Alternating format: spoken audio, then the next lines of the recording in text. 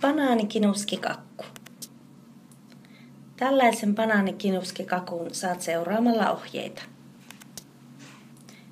Tarvitset digestive-keksejä, mielellään niitä, jossa on suklaata toinen puoli.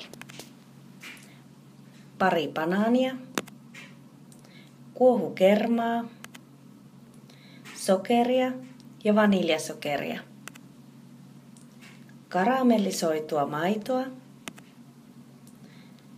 Aluksi pilko keksit muovipussissa kaulimen avulla.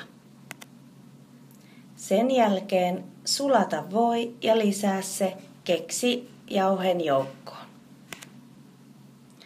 Laita kaksiosaiseen kakkuvuokaan leivinpaperi alle. Painele keksimurut kakkuvuon pohjalle ja lisää tämän jälkeen kondensoitu maito.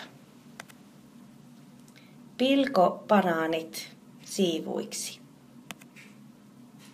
Lisää banaanit kondensoidun maidon päälle.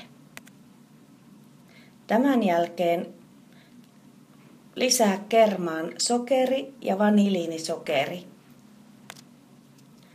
Vatkaa kerma vaahdoksi.